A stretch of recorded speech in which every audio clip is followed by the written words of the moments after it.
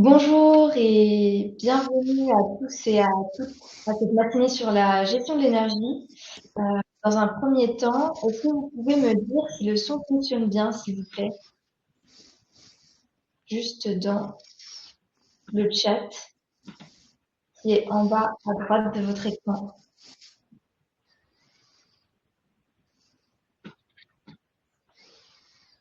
Ok, super. Alors on va pouvoir commencer. Merci beaucoup. Donc, merci à tous d'être présents ce matin. Donc, aujourd'hui, le thème de notre webinaire porte sur le contexte des marchés de l'énergie au trimestre 4 2024.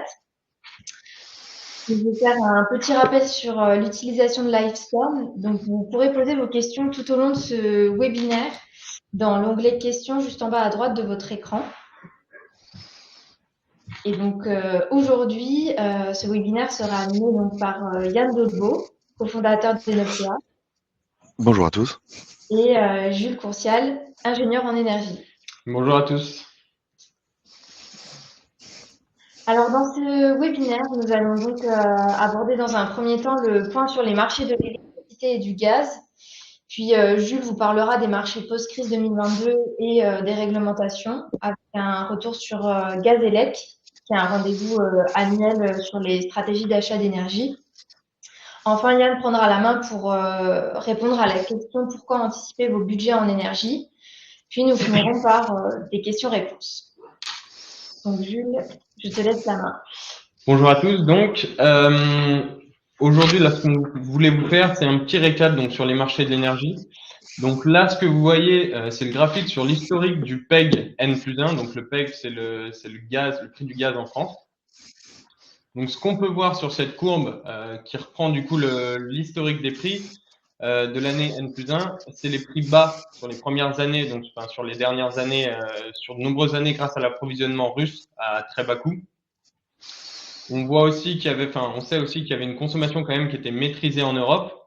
Et ensuite, ce qu'on peut voir à partir de fin 2021, c'est quand même une crise sur l'approvisionnement, donc une hausse des prix, une crise sur l'approvisionnement liée aux décisions de ne plus acheter de gaz russe et donc l'envahissement de l'Ukraine par la Russie.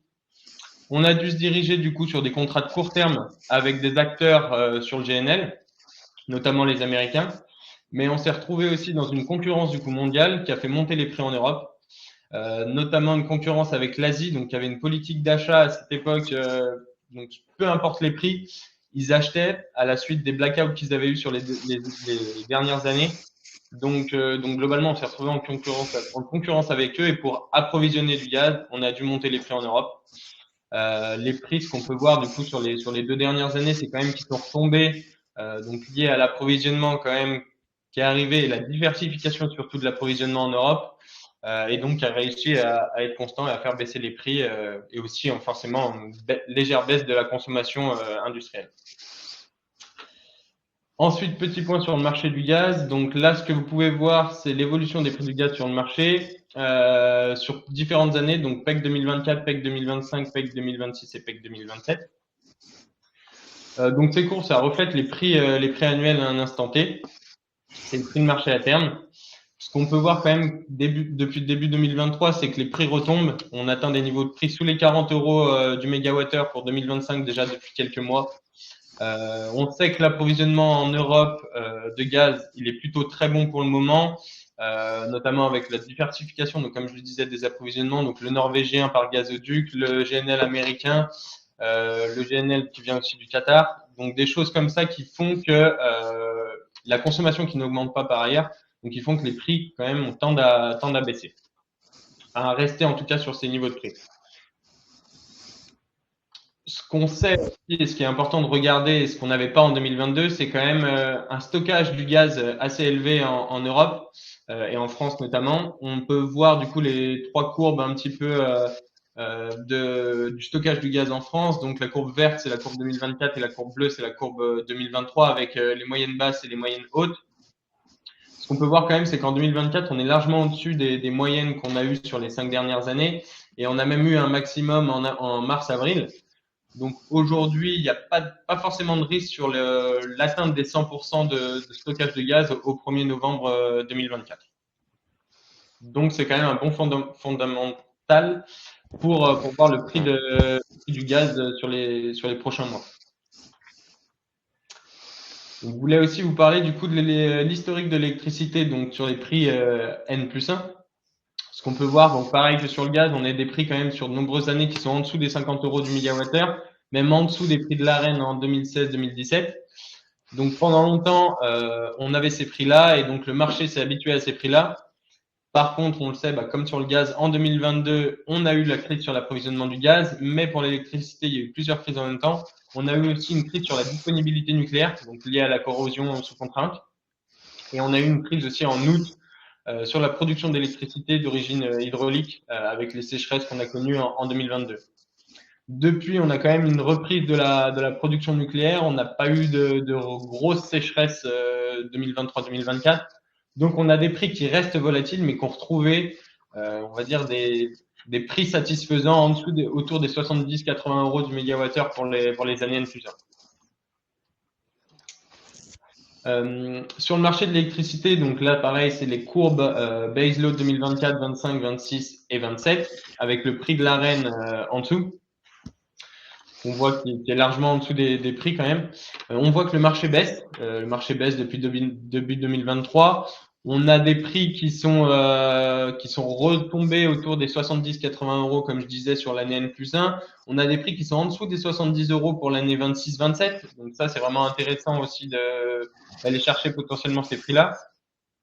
Et c'est des prix quand même pour nous qui reflètent plutôt la réalité du marché avec forcément une prime de risque parce qu'il y a de la volatilité.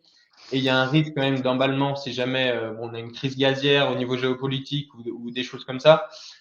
Mais pour nous, en fait, en tout cas, c'est des prix qui sont acceptables et qui permettent aux producteurs comme aux consommateurs d'avoir de la visibilité et des prix quand même assez compétitifs.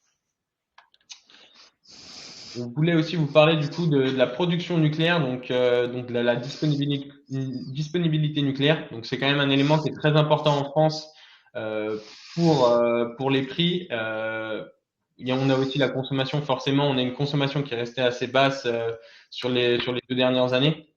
Mais au niveau de la disponibilité nucléaire, on peut voir que 2024 en bleu turquoise, 2023 en bleu foncé et 2022 en pointillé dans le fond. En 2024, depuis le début de l'année, on est largement au-dessus en moyenne des productions qu'on avait en 2023 et encore plus par rapport à 2022. Donc notamment sur les derniers mois. On sait que la production 2024, enfin EDF a relevé ses estimations de production en 2024, donc c'est une très bonne nouvelle. On sait aussi que la production nucléaire devrait en tout cas rester sur ces niveaux l'année prochaine. Donc c'est plutôt des niveaux très satisfaisants par rapport à ce qu'on a connu sur les dernières années. On a quand même, globalement, pour faire un petit point, on a quand même un marché qui reste tendu au niveau de l'électricité et aussi tendu au niveau du pétrole. Au niveau mondial, on est quand même dans un contexte attentiste sur la consommation notamment. On sait que la Chine engage des démarches pour relancer son économie, mais du coup l'OPEP ne sait pas s'ils doivent relever leur production ou pas. Donc un des gros points qui peut être important sur le marché de l'électricité, c'est quel sera le prix du pétrole et comment aussi va basculer le prix du gaz en fonction du prix du pétrole. Voilà. Ensuite, donc comme Marine vous l'a dit, on a fait le congrès Gazélec donc sur les 2 premiers jours de cette semaine. Le congrès Gazélec, c'est un congrès national donc sur l'évolution du gaz, de l'électricité, les évolutions réglementaires aussi importantes en France. Ouais. Ok. Donc voilà, on voulait faire un petit retour sur ce congrès, donc ce qui a été dit, et au niveau du coup des pensées et des prévisions sur les prochains mois, prochaines années. Au niveau du coup de ce qu'on a vu sur Gazélec, donc globalement, c'est qu'aujourd'hui, post-crise, on est quand même sur un nouveau marché. On a un marché qui a de la volatilité et où les fournisseurs cherchent à partager le risque, forcément, parce qu'on est sur un marché hyper volatile. Donc, on voit quand même qu'il y a une hausse de la production d'énergie renouvelable, mais cette énergie renouvelable qui est intermittente bouleverse la production et donc le marché court terme. Donc, notamment sur les prix spot que vous entendez parler souvent. On a des prix négatifs et le lendemain, on a des prix beaucoup plus élevé que le coût de production. Donc, on a clairement un manque de flexibilité sur la production en Europe. On a quand même en France 223 heures en prix négatif depuis début 2024 et 335 heures en Allemagne en prix négatif depuis début de 2024. Et donc, la production aujourd'hui ne s'ajuste pas ou mal par rapport à la consommation. Et on a, à contrario, du mal à ajuster la consommation par rapport à la production. Donc, on manque quand même d'équilibrage sur le marché court terme. On a quand même des sujets, donc notamment les interconnexions entre les pays et aussi les moyens de stockage, mais qui sont quand même très limités aujourd'hui en France et en Europe. On voit aussi globalement que les clients et les fournisseurs finalement vont partager les risques. Les fournisseurs ne veulent plus prendre 100% du risque sur les marchés, donc ils mettent en place quand même des nouveaux mécanismes, notamment c'est le retour quand même des tunnels de consommation. On a potentiellement des clauses sur un changement de prix ou un ajustement du prix si les prix de marché ou spot dépassent les 150 euros du mégawattheure par rapport à la signature du contrat. On voit aussi les fournisseurs proposer plutôt un ajustement au prix spot, des choses comme ça. Donc, c'est des choses qu'on connaissait moins avant et qu'on connaît maintenant sur un peu tout type de clients. Alors, j'ai juste une question. Pourquoi l'augmentation du gaz et de l'électricité commence en septembre 2021? La guerre en Ukraine a commencé en février 2022. Alors, globalement, en septembre 2021, c'est le moment où on a commencé à avoir quand même des problèmes sur la disponibilité nucléaire.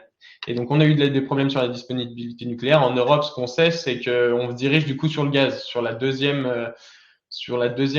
moins chère en fait centrale de production. Et donc, on a commencé à consommer pas mal de gaz. Et donc là, à ce moment-là, déjà les prix ont monté parce que forcément la production d'ELEC est plus élevée.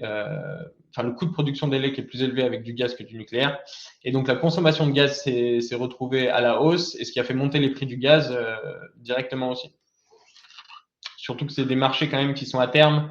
Donc, il y avait quand même des prévisions qui n'étaient pas très bonnes dès fin 2021 pour 2022. Voilà. Très bien, merci. Ce qu'on a vu aussi sur le gaz ELEC, c'est quand même qu'il y avait un besoin client, c'était d'avoir un approvisionnement en électricité sécurisé, avoir une bonne compétitivité prix et décarboner aussi le plus possible son électricité. Donc, il y a plusieurs aussi solutions là-dessus qui ont été évoquées, donc notamment les PPA, donc c'est ou l'autoconsommation, c'est investir dans de la production pour sortir, on va dire, une partie de son énergie des marchés. Et on sait que notamment de l'autoconsommation a un avantage aussi parce que ça vous permet de vous sortir des tarifs turcs que vous avez sur vos factures et des tarifs taxes aussi que vous avez aussi sur vos factures. On voit apparaître des contrats en bloc plus spot, donc une partie achetée au marché long terme et une partie achetée au marché court terme. Donc, on voit apparaître clairement une diversification de l'approvisionnement long terme, court terme et un ajustement du coup des stratégies d'achat là-dessus qui peut être intéressant pour les consommateurs comme pour les fournisseurs parce que vous avez, quoi qu'il arrive, l'ajustement de votre consommation au spot et donc pas de risque pour eux à court moyen terme. On a une production quand même électrique à bas coût depuis le début de l'année, une production nucléaire qui a fait défaut en 2022 mais qui devrait tenir sur les prochaines années quand même. On sait que 2022 c'est quand même exceptionnel sur la production nucléaire et on espère ne pas revoir ça sur les prochaines années en tout cas. Et ensuite, on a vu aussi que c'était quand même important, donc nous on le dit déjà depuis plusieurs années, mais mettre en place une stratégie d'achat. Pour les industriels, par exemple, c'est déterminer le coût variable de l'électron sur le prix de vente et ajuster les décisions d'achat en fonction de tout ça, c'est-à-dire savoir si votre produit, vous voulez le vendre à tel prix sur les années N plus 1, plus 2, plus 3 et déterminer ensuite votre achat ou alors fixer votre achat pour pouvoir vendre un produit pas plus haut que le prix cible. Des choses comme ça, donc estimer votre stratégie d'achat d'énergie en fonction de vos produits. Pour les tertiaires, donc notamment ce qu'on voit, c'est ce qui est important, comme votre choix il se fait souvent en un clic au moment où la signature du contrat, ce qui est important, c'est de faire de la veille marché. Ce qu'on sait aussi, c'est que la temporalité de signature, c'est très important. Donc, essayez même d'anticiper la signature pour pouvoir savoir si vous pouvez signer en une journée, 2 journées ou s'il vous faut plus de temps. Et la prise de décision du coup rapide si jamais il y a une opportunité sur les marchés. On voit aussi que l'achat long terme sur des prix qui sont aujourd'hui quand même, ce que je disais, satisfaisants, ça peut permettre aussi on peut aller chercher du lissage du prix ou alors même acheter du long terme et du court terme pour suivre un petit peu le marché. Voilà, savoir quelles sont vos stratégies d'achat, si vous voulez suivre le marché, si vous voulez anticiper, si vous voulez avoir un prix fixe. Le nucléaire devrait fonctionner sur les prochaines années, comme je l'ai dit. On devrait quand même continuer à avoir des prix négatifs sur le marché court terme, donc liés à l'électricité d'origine renouvelable. Donc voilà, un marché qui restera volatile de toute façon sur les prochaines années et vraiment anticiper et faire des stratégies d'achat, pour nous, c'est vraiment intéressant de se poser ces questions. Donc, petit point aussi sur les réglementations futures. Donc, comme vous le savez, on a peu d'informations quand même sur les années futures. On a le PLF 2025, en tout cas une première ébauche qui devrait sortir aujourd'hui. Donc, le gouvernement devrait publier des premières annonces en tout cas.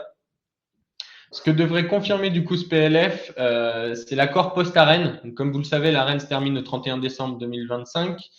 On devrait aller sur l'accord EDF-État, donc qui avait été annoncé fin 2023, avec du coup 2 seuils de prix de taxation EDF sur la production nucléaire uniquement.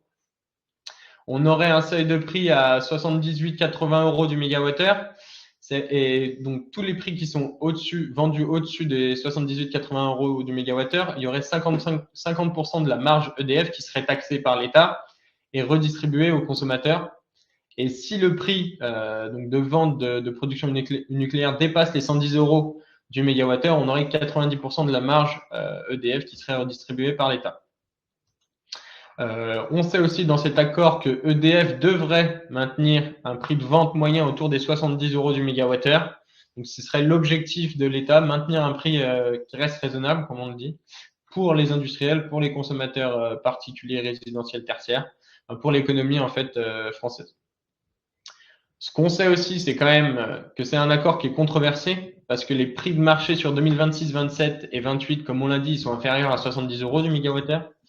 Donc, ça ne permet pas aux consommateurs aujourd'hui de bénéficier d'autant d'avantages que l'ARENH sur la couverture marché. Parce que l'ARENH, on sait qu'il y avait un prix à 42 € du mégawattheure sur 40-50% de l'approvisionnement de nos clients. Donc, on sait aussi que le coût du nucléaire estimé par la CRE, c'est 61 € du mégawattheure sur les années 2025 à 2030. Donc voilà, on sait que EDF doit faire de la marge pour mettre en place les EPR, mais ça reste quand même un accord qui est controversé parce que finalement, c'est les consommateurs, encore une fois, qui vont payer tout ça. Oui, vous m'entendez? Oui, on t'entend. Oui, et pour rajouter à ça, il est d'autant plus controversé que dans tous les cas, l'avance de trésorerie sera faite par les clients et que les modalités de rétrocession justement de la captation justement de ces marges ne sont pas du tout connues et donc et pas du tout établies. Donc elles restent à établir si nécessaire, mais en fait le gouvernement et EDF en tout cas sont en train de s'apercevoir que ce mécanisme est a priori inutile, puisque effectivement les prix de marché ont sensiblement baissé et donc du coup seront dans tous les cas pas applicables. Ça reste un bouclier qui est là, mais qui en l'état est inutile et effectivement ne permet pas aux consommateurs de bénéficier de l'ARENH. Donc ça répond un petit peu à la question. Pourcent de la marge EDF redistribuée aux consommateurs sous quelle forme? Aujourd'hui, normalement, ça devrait être ex post, mais donc après signature de contrat et sur la facture ou à la fin de l'année, mais on n'a pas exactement les termes. Donc ça devrait pas être au moment de l'achat, je pense, mais plutôt ex post. Et on voit du coup que, donc ce qui est, en tout cas, il y a quand même un consensus sur le fait que les CFD, donc les CFD, les contrats for difference, seraient plutôt envisageables parce qu'on a un prix plancher et un prix plafond. Et donc, ce qu'on sait, c'est qu'EDF aujourd'hui vise le prix plafond, enfin avec l'État, hein, vise un prix plafond à 80 € du mégawattheure. Pourquoi? Parce qu'il n'y a pas de prix plancher. Donc, ça veut dire que si les prix dégringolent, dégringolent, c'est-à-dire que c'est EDF qui payera un peu le prix. Alors que si on a un prix plancher, le risque est amoindri pour EDF et donc potentiellement on pourrait avoir un prix plafond, donc en dessous des 78-80 € du mégawattheure, donc qui pourrait en fait donner des tranches aux gros consommateurs notamment et essayer en tout cas de favoriser l'investissement en France d'industrie, ou en tout cas où on sait que le prix d'euros du mégawattheure est quand même dans un tunnel. Voilà. Ce qui pourrait donner du coup de la visibilité un peu plus long terme. Ce qu'on a aussi vu comme information, c'est les taxes sur la consommation d'énergie et sur la production d'énergie. Donc l'accise sur l'électricité a augmenté en février 2024 et elle devrait encore augmenter sur 2025. Donc c'est clairement une taxe que vous payez sur vos factures en plus de votre coût de l'électron. On était passé à 20,5 € par mégawattheure en février 2024. On devrait passer à autour des 32 € du mégawattheure en février 2025. Donc encore une grosse hausse, sachant qu'on était à 0,5 € du mégawattheure en 2022-23. Voilà. Donc, on a aussi donc, le bouclier tarifaire qui devrait disparaître et les taux réduits qui devraient retrouver leur niveau d'avant crise et donc bouclier tarifaire. Aujourd'hui, les taux réduits ils sont à 0,5 € du mégawattheure pour les électro-intensifs. On devrait retrouver les tranches de taux réduits et donc autour des 7,50 € du mégawattheure pour le premier taux réduit et après des tranches en dessous pour les hyper électro-intensifs. Ce qu'on a vu aussi et qui est intéressant, c'est pas forcément de hausse sur l'accise du gaz naturel, pardon. Donc sur l'ancienne TICGN. Pourquoi? Parce qu'elle a quand même doublé au début d'année 2024. Et on sait que c'est quand même une taxe qui a son importance pour les gros consommateurs de gaz. Donc doubler une taxe et l'augmenter ensuite sur l'année d'après, ça peut paraître compliqué pour le gouvernement, même si ça reste possible. Et donc ce qui avait été évoqué, c'est des taxes sur la production d'énergie, donc notamment EDF, sur EDF, une taxe EDF. Finalement, ce qu'on voit sur les derniers jours, c'est que finalement, elle devrait ne pas être mise en place et on devrait potentiellement avoir, l'État devrait potentiellement avoir des dividendes de la part d'EDF, comme l'État est redevenu seul actionnaire d'EDF, donc plutôt avoir des dividendes de la part d'EDF sur leur vente. Et après, donc, pour les années 26, 27, 28, la consommation, au niveau de la consommation, on devrait avoir quand même une augmentation sur les années futures, un peu plus lointaines, pas court terme, parce qu'on tend vers l'électrification quand même des secteurs. Il y a une volonté aussi de la France de réindustrialiser le pays, donc augmenter forcément irrémédiablement la consommation d'électricité des industries. En 2026, qu'on devrait avoir aussi, pour le moment, c'est pas acté, mais un changement sur le mécanisme de capacité qui est aussi dans les prix de l'électricité. On devrait avoir on aura la 6e période des C2E. Donc, le prix des C2E que bon nombre de consommateurs payent sur leur facture devrait augmenter parce que les objectifs augmenteront. Le tarif d'acheminement, donc le turc, mais aussi le tarif d'acheminement gaz devrait augmenter parce que les coûts irrémédiablement augmenteront. On sait que RTE quand même a un projet d'augmentation en tout cas de dette pour pouvoir augmenter la capacité du réseau d'électricité. On devrait avoir aussi quand même une hausse logique sur les marchés des carbones pour atteindre le net zéro en 2050, net zéro émission en 2050. Forcément, le prix de la taxe carbone était plus élevé en 2022 qu'en 2024, mais ce qu'on pense, nous, c'est que là, elle se situe en dessous des 70 € du mégawattheure, de la tonne, pardon, en dessous des 70 € de la tonne. Elle devrait quand même tendre vers les 80 € de la tonne. Sur les années plus 4, plus 5, plus 6, pour atteindre justement les objectifs européens. Voilà. Je voulais Ouais, merci Jules. Je voulais juste faire une petite précision sur les taxes, notamment sur la TICGN, TICFE. C'est qu'on a, que vous n'êtes pas sans savoir qu'on a la gestion en fait de ces taxes est passée des douanes justement aux impôts. Et donc du coup, le méthode les méthodes de fonctionnement, notamment d'application ou d'éligibilité des taux réduits, doivent toujours être bien réalisées parce qu'effectivement, même si la la procédure peut paraître plus simple, notamment dans le cadre des impôts, elle n'empêche pas de constituer justement toute la preuve de l'éligibilité, notamment à ces taux, et donc que vous devez être déjà en possession ou avoir fait notamment tous les dossiers qui peuvent être demandés justement en cas de contrôle, justement des impôts. Et donc du coup, il y a de fortes chances que notamment si contrôle il y a, les contrôles commencent début 2025, puisque du coup, ça fera justement 3 ans et donc suffisamment de temps de rétroactivité pour les impôts pour pouvoir effectuer des contrôles complets entre guillemets. Et donc voilà, en tout cas, ne pas oublier ça et n'hésitez pas justement à revenir vers nous si vous avez besoin d'aide sur ces sujets-là. C'est ça. Alors, j'ai une question. Vous savez de combien va augmenter la CAPA, plus acheminement en pourcentage? C'est lié à la PLF en 2025. Alors en pourcentage, en fait, en fait, le TURP, donc sur l'électricité, aurait dû augmenter au 1er août 2024. On sait que l'État a reporté cette augmentation et devrait la mettre en place pour les entreprises à partir du 1er novembre 2025. C'est une augmentation d'environ 2% des tarifs, sachant qu'on avait une grosse augmentation l'année dernière. Pour le moment, on n'a pas la visibilité sur l'année 2025.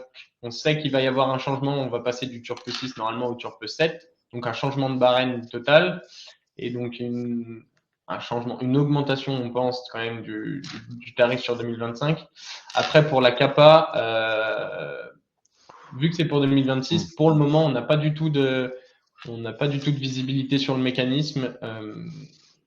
Par contre, on sait qu'en termes de coût, la capacité pour 2025 devrait être légèrement inférieure à la capacité que vous payez pour 2024. Parce qu'on a les enchères de capacité en 2024 pour 2025 qui sont moins élevées que les enchères de capacité en 2023 pour 2024. Donc, globalement, sur 2025, vous devrez avoir un coût de capa légèrement inférieur à ce que vous aviez en 2024. Et pour 2026, c'est un petit peu la zone d'ombre, même si on a des contrats qui sont déjà mis en place sur 2026, on sait que ces contrats prennent en compte une modification possible de la capacité si jamais il y a un changement sur le mécanisme, enfin sur le marché. Donc voilà, aujourd'hui pour 2026, c'est très difficile à déterminer. Oui, et effectivement, pour corréler ça, effectivement, la moyenne des enchères de capacité sur 2025, pour l'instant, est inférieure de 35% à celle de 2024. Donc, on a quand même une baisse significative au niveau de la capa, même si ça reste presque l'épaisseur du trait par rapport au budget total. C'est ça. Yann, je te laisse prendre la main. Oui. Donc après avoir dit tout ça, effectivement, on voulait souligner effectivement l'importance d'anticiper son budget énergie. On voit d'ailleurs d'après les résultats du sondage que globalement, en tout cas, vous êtes assez nombreux à avoir relativement anticipé justement puisque la majorité des échéances sont plutôt fin 2027. Alors je ne saurais que trop conseiller alors ceux qui sont avec une échéance fin 2024 de nous appeler juste après, presque. Mais en tout cas, pour ceux qui sont fin 2025 et 2026, de commencer à anticiper parce qu'en fait, pour reprendre les termes, on va dire, de Total, justement, qu'il évoquait à Gazélec, on est dans une nouvelle période qu'ils appellent le new normal. Et alors, ça peut paraître un peu barbare, mais je trouve ça au final assez juste parce que on est rentré dans une phase où, post-crise, on est dans une volatilité qui est certaine, qui est tout le temps là, qui ne va cesser en tout cas qui va pas s'arrêter forcément d'ici là, parce que justement, comme l'évoquait Jules juste avant, il y a avec l'essor des renouvelables, notamment la flexibilité, la décentralisation des moyens de production en général, on a et l'incertitude et l'inquiétude du coup des marchés face à la géopolitique en général, on est de toute façon dans cet état-là. Donc l'idée, c'est vraiment de pouvoir anticiper ça et au moins d'avoir un cadre, dans le cadre de notamment d'achats fractionnés, d'achats clics, ou d'achats bloc plus spot, de pouvoir, fractionner puisqu'on sait, tous que le meilleur moyen d'optimiser son contrat, c'est alors ça peut être la mise en concurrence des fournisseurs, mais c'est quand même et surtout le moment d'achat. Et donc l'anticipation vous permet d'avoir plus de choix de moments d'achat plutôt que de le faire au dernier moment, même si, certaines fois c'est sous contrainte et que vous aviez pas pu, le faire avant pour diverses raisons. Alors pour reprendre dans l'ordre, effectivement, déjà au niveau des dépenses, et pour anticiper son budget d'achat d'énergie, pour ceux qui sont soumis à l'écrêtement avec l'Arenh pour 2025, on estime que le surplus, du coût lié à l'écrêtement de l'Arenh sera entre 3 et 5 € du mégawattheure cette année, donc relativement, faible, puisqu'effectivement on a des prix de marché qui sont assez faibles. Mais attention justement pour 2026 puisque l'Arenh évidemment s'arrête fin 2025 et donc du coup on est sur une, une, une exposition qui est 100% marché. La stratégie d'achat, et la mise en place de stratégie d'achat, ça permet vraiment, justement de mesurer, l'impact du coût d'électricité et surtout, par rapport à votre cœur de business. Donc, l'idée, c'est vraiment de pouvoir, définir quels sont les coûts acceptables, au sein de votre entreprise, d'une part acceptables et qui vous rendent très compétitifs ou justement qui vous rendent, plus du tout compétitifs. Donc, il y a les prix de marché et donc du coup se positionner par rapport au prix de marché, c'est une chose, mais se positionner déjà tout simplement par rapport à son activité, c'est essentiel et aussi par rapport typiquement aux années d'avant. On a, on a souvent aussi des objectifs ou des contraintes de la part du client de faire tout simplement déjà soit mieux que l'année dernière, mieux que les années, 2021 par exemple pour certains, et surtout en fait avoir un certain niveau qui permet de garder leur niveau de prix, de produits ou de services qui sont, qui sont compétitifs. Hem, on voit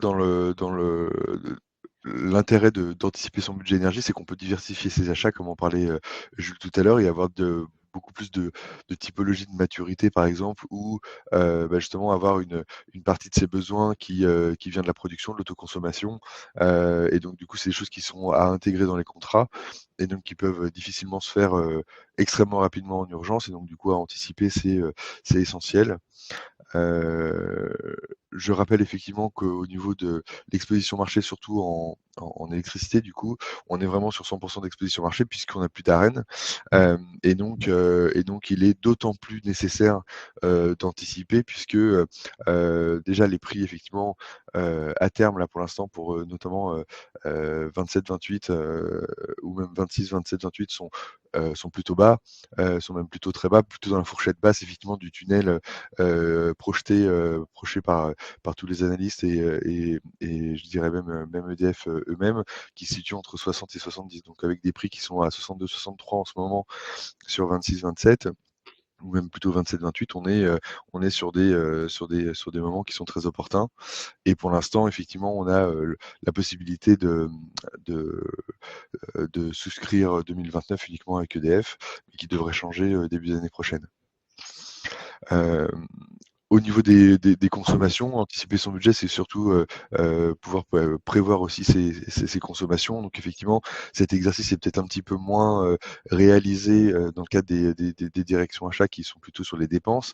Mais effectivement, ça a un impact effectivement direct et donc du coup réduire les consommations, a un effet immédiat sur le budget et donc du coup engager des démarches ou continuer des démarches d'efficacité et de sobriété énergétique est essentiel d'une part pour le budget et puis accessoirement pour la planète aussi. Et le au niveau de la consommation, on a il faut anticiper pour justement gérer le risque consommation avec les fournisseurs. Parce que de plus en plus, et depuis la crise, on a des clauses qui sont réapparues, qui avaient un peu disparu des contrats, puisqu'effectivement, on avait une énergie avant la crise, on va dire, qui était plutôt pléthorique et pas chère. Mais du coup, on revoit des clauses notamment de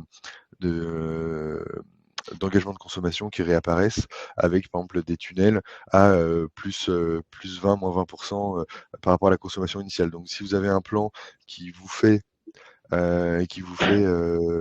dire à peu près de façon certaine que vous allez baisser votre consommation de 20 ou 30%, il faut pouvoir l'anticiper avec le fournisseur et le prévenir, parce que sinon vous risquez de payer des pénalités du coup inutiles.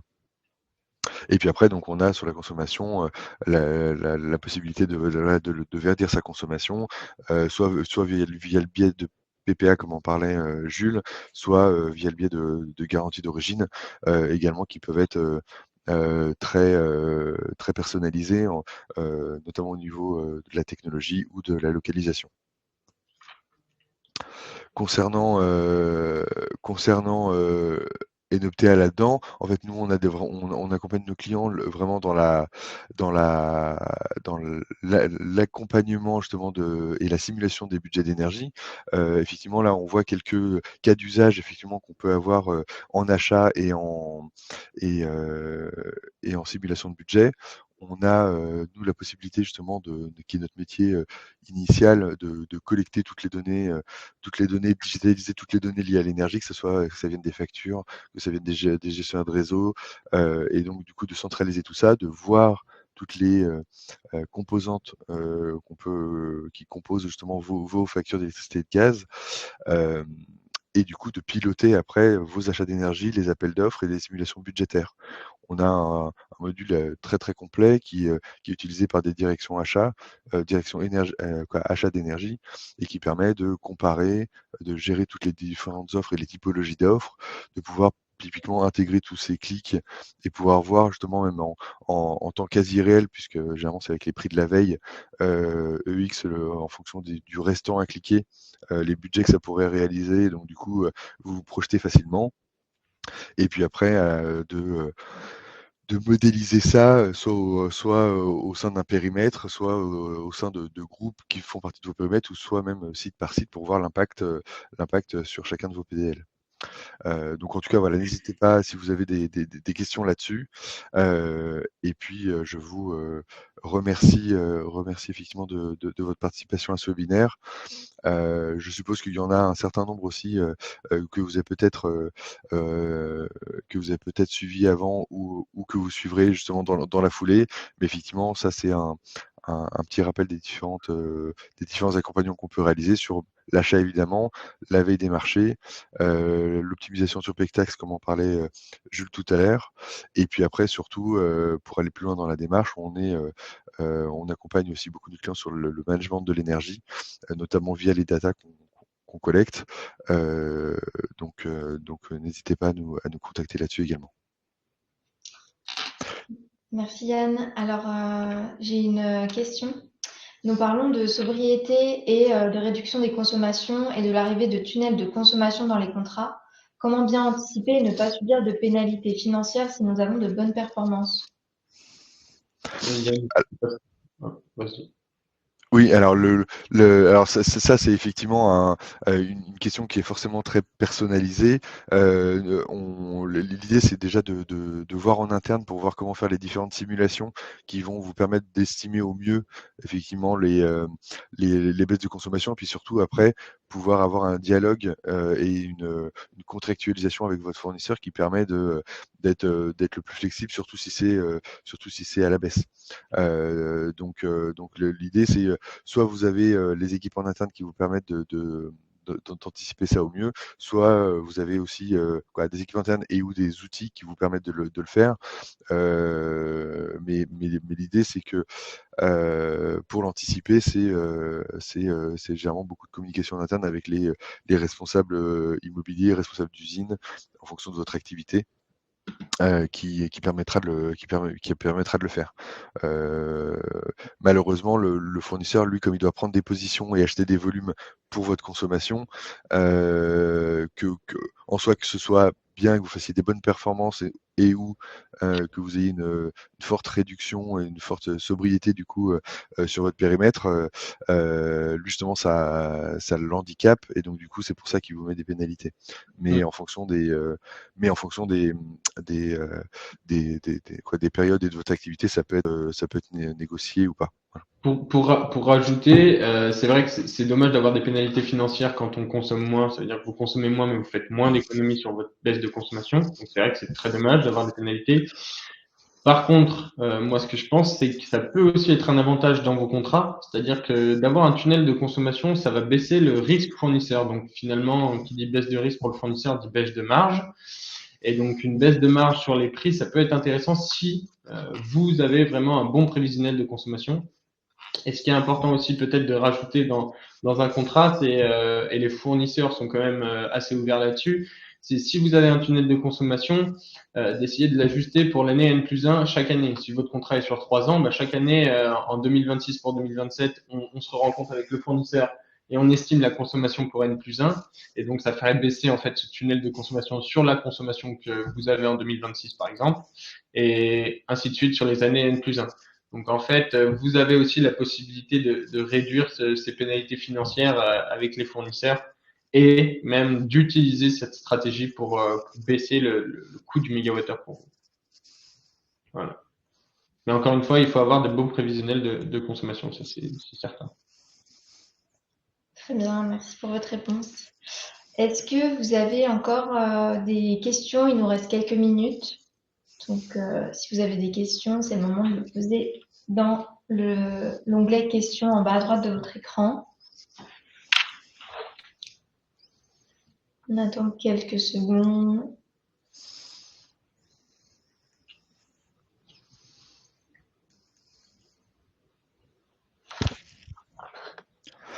Eh ben, je crois que tout est clair. Alors, on va poursuivre avec un autre webinaire sur une autre thématique si vous souhaitez suivre. C'est sur la maîtrise de la performance énergétique de votre entreprise face aux nouvelles réglementations. Donc, je vous envoie le lien dans le chat.